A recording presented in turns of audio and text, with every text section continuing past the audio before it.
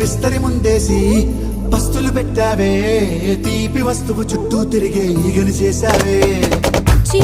సిగ్గలేని మొగుడు కారండాయ్, గుయ్ గుయ్ గుయ్ గుయ్ అంటూ మీదికి రాకండా.